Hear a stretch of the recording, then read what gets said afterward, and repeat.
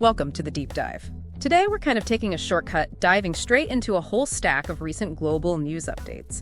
These come from, a range of reliable sources: Bloomberg, Reuters, Al Jazeera, NDTV, all sorts. And our mission really is just to quickly sift through this material, pull out the key nuggets, and, try to get a better handle on what's happening around the world right now, together with you. It's about finding those main points, cutting through some of the noise, maybe seeing how things connect.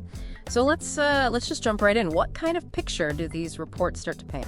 Exactly. It's not just about listing things off, is it? It's about seeing the threads. Global economics, security, tech shifts, social stuff, all that. Okay, let's unpack it then. A few reports seem to touch right away on, the big geopolitical picture, global security. Like Bloomberg had that piece on the meeting in Beijing at the Great Hall of the People. Yeah. U.S. President Biden and China's President Xi. Yeah, big meeting. What were the key takeaways there, according to the report? Well, it mentioned they discussed, the usual big topics: trade tensions, economic cooperation, and climate change. Sounds complex. That's right. And Bloomberg noted the outcomes are actually still under review by the U.S. Trade Commission. Right, and that detailed the review by the U.S. Trade Commission. That tells you it wasn't just a symbolic chat. Yeah. There are real policy implications, trade stuff being looked at closely. Good point. It shows how central managing those economic ties really is. For sure. And speaking of managing relationships, Reuters highlighted that diplomatic meeting in Geneva. At the UN headquarters. Yeah, between U.S. Secretary of State Blinken and Russian Foreign Minister Lavrov. Okay, what was on their agenda? The source listed arms control, which is, pretty traditional, Okay. but also cybersecurity, very modern concern, and efforts to revitalize peace negotiations. Quite a range there, from classic arms control to the digital domain. It kind of shows that even when relationships are, let's say, complicated, they're still talking about these really critical global stability issues. Channels remain open. And security came up again in the BBC Russia reports, didn't it? It did. They mentioned Moscow putting in place new drone defense protocols. Right, after those aerial incursions targeting military sites. Yeah. And Defense Minister Shoigu apparently confirmed they're deploying advanced radar systems. So a very direct sort of technical response to a specific threat. Exactly. It highlights how modern conflict isn't just about, tanks and planes anymore. These drone attacks, these asymmetric threats, they force immediate defensive adjustments. And staying with BBC Russia, they also covered Putin's meeting. A confidential session, the report said, with senior military advisors at the Kremlin. What was the focus there? Addressing regional security concerns in Eastern Europe. And they announced new defense initiatives, including deploying advanced missile systems. You see that alongside the Blinken-Lavrov meeting talking about arms control. It's like two sides of the coin. Yeah. Exactly. You've got the diplomatic track, trying to manage escalation risks, and at the same time, you've got concrete military planning and posturing happening. Shows the constant navigation, doesn't it? Yeah. Trying to talk while also managing potential flashpoints. It really does. And this whole security discussion, it naturally leads into another huge theme running through these updates: global economics and trade. Definitely. That Bloomberg report on the U.S.-China meeting fits right in there. And the South China Morning Post, SCMP, added another piece. They reported Beijing announced new trade policies. Yeah, during a press briefing. At the Great Hall of the People again, actually. Okay. Chinese Vice Premier Wang Qishan apparently laid out policies meant to boost exports and stabilize market dynamics, with all the global competition. So you've got the U.S. side reviewing trade results, while China is actively announcing new policies to push exports. It really suggests both are playing strategically in that global economic space. Very active maneuvering, it seems. It highlights that competition, absolutely. Each side is trying to, better its position. And didn't NBC News have something on trade, too? Something about tariffs? Yeah, the report mentioned U.S. President Donald Trump announcing a 50% tariff increase on imported steel. This is from Pittsburgh. Okay, 50%. That's significant. What was the stated reason? According to the NBC report, the aim was to strengthen domestic manufacturing and address trade imbalances, specifically mentioning the People's Republic of China. Right. So tariffs, these taxes on imports, the idea is to make foreign steel more expensive. Exactly. Push buyers towards domestic options. It's a direct policy lever to try and shift trade patterns and support local industry. Okay, shifting from specific trade actions to broader economic policy. Reuters mentioned the European Central Bank. Yes, ECB President Christine Lagarde. An announcement in Frankfurt about proposed interest rate adjustments. Interest rates, that's the ECB's main tool, right? It's a core one, yeah. Changing rates affects how much it costs to borrow money, which influences spending, investment, inflation, the whole economy, really. So Lagarde's announcement suggests the ECB is actively trying to steer the Eurozone economy. Precisely. Trying to stimulate growth, manage inflation, all within this context of global financial volatility. It's a tricky balancing act. And its effects aren't just local, they ripple out. Definitely. Now, looking over at India, NDTV had an economic angle too, focused on tech. Oh yeah, what was that? Prime Minister Modi inaugurating a new digital innovation hub in New Delhi. A tech hub. What's the goal? The report emphasized fostering startups, building tech skills, and driving economic growth. And interestingly, it mentioned partnerships with big Silicon Valley names like Google India and Microsoft India. So it's a national strategy, but with a global connection built in. Absolutely. It shows India aiming to really compete in the global digital economy, not just develop locally. And we saw something similar in Africa, right? From Africa. Yes, in Kenya. A big agreement between the government and private investors to boost technology infrastructure. Okay. President Kenyatta apparently praised it in Nairobi, saying the goal is better digital services and, again, economic growth. It's interesting seeing similar pushes in both India and Kenya. It really underscores a global trend, doesn't it?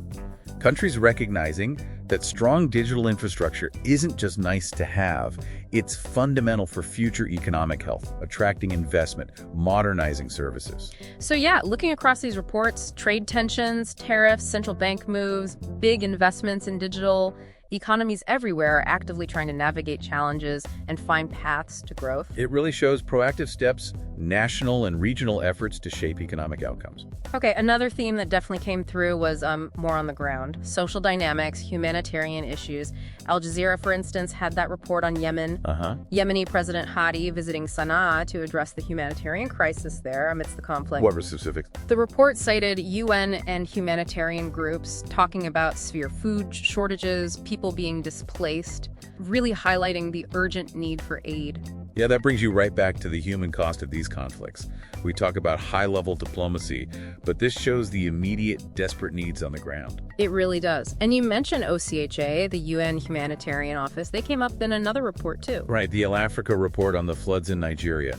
OCH issued a warning about escalating floods in the northern part of the country. And Nigerian authorities, under Governor Fashola, according to the report, were urging immediate emergency action.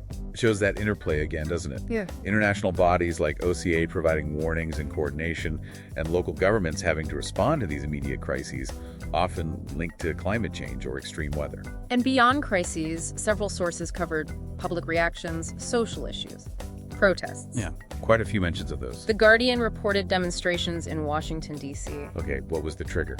It followed controversial remarks by Senator Marco Rubio, apparently. The report mentioned demands for accountability, transparency, and also focused on local law enforcement management. Right. Public protests are, well, a fundamental way people make their voices heard, demand change or accountability. And it's not unique to one place, as these reports show. No, definitely not.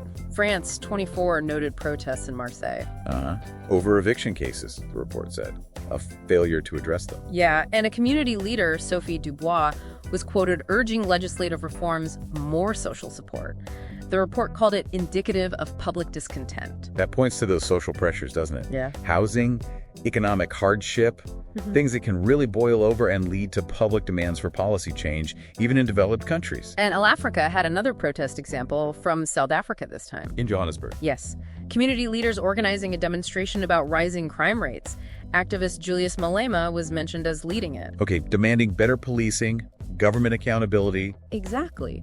Crime is such a fundamental concern, impacting daily life. This shows citizens pushing their governments hard on public safety and governance. These are very local, very real challenges, sparking action. And NDTV had something different, more social action than protest. Right, the report about Bollywood actor Shah Rukh Khan. Yeah, doing philanthropic work at a Mumbai orphanage with an activist named Anjali Sharma. And the report highlighted the message, didn't it? Underscoring the need to support underprivileged kids, urging investment in education and healthcare. So it's not a protest, but it's still drawing attention to major social needs. Exactly. It shows how individuals and activists can mobilize support and raise awareness outside of formal government channels. Different ways societies grapple with challenges. It's clear looking at all these conflict, disasters, social pressures, the human side, community responses, they're consistently part of this global snapshot. And public feeling, activism, like in those protests, it remains a really significant force shaping what gets discussed and demanding attention. Okay, another thread that kept popping up was technology and innovation.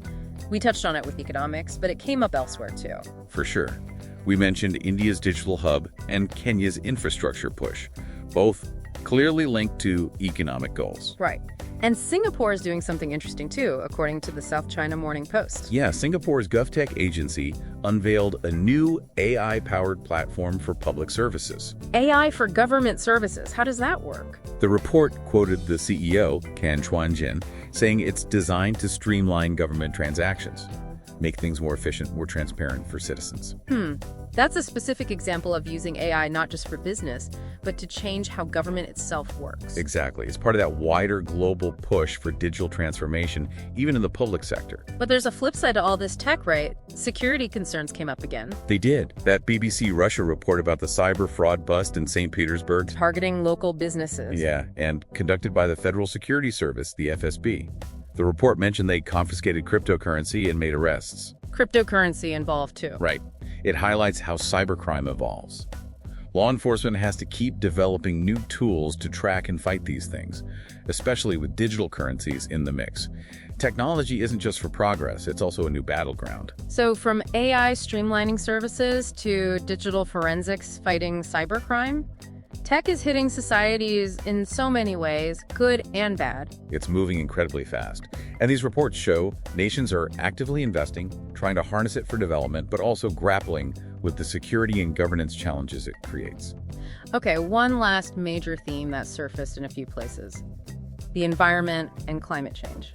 Definitely. Bloomberg mentioned it was on the agenda for that high-level U.S.-China meeting. Which again shows it's seen as a top-tier global issue needing cooperation, even between rivals. Absolutely. And there was that specific tech announcement from the U.S. Department of Energy. Oh yeah, the new solar energy system from Golden, Colorado. With a really high efficiency rate, 35%, the report said. And the stated goal was clear: cut carbon emissions, boost sustainable power. That's a concrete example of innovation aimed squarely at the energy transition we need for climate change. 35% efficiency is pretty impressive for solar. Shows progress is being made. And the UK policy announcement, the Guardian report. Right. Prime Minister Rishi Sunak's domestic policy initiative. It explicitly included environmental measures as part of economic reforms for sustainable growth. So linking environment directly to the economy in national planning. Exactly. It shows how deeply these climate considerations are getting embedded in government thinking, beyond just energy policy. It's about housing, infrastructure, jobs. And The Guardian also covered that climate protest in New York. In Times Square, yeah. Activists, Greta Thunberg was mentioned as leading them, pushing for more comprehensive policy reforms to cut emissions. So we're back to public action again. We are. Alongside the government policies and the tech development, you still have this strong activist pressure demanding faster, bolder change. It shows that multi-pronged reality policy, tech, public demand, all focus on this huge global challenge.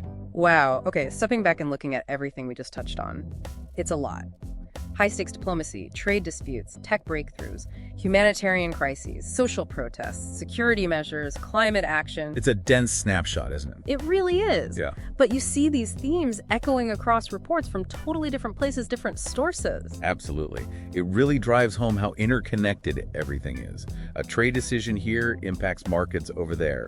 A conflict somewhere else creates needs that international bodies discuss.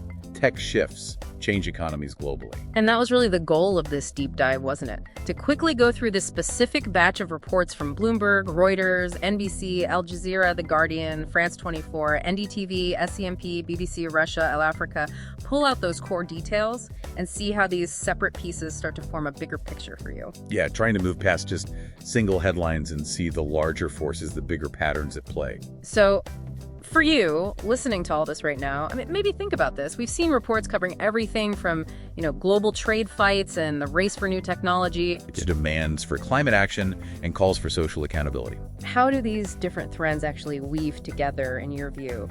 Are those big geopolitical rivalries and economic strategies the main drivers shaping things? Or maybe it's the rapid pace of technology and how societies are responding to social and environmental pressures that's having the biggest impact on the world you live in right now.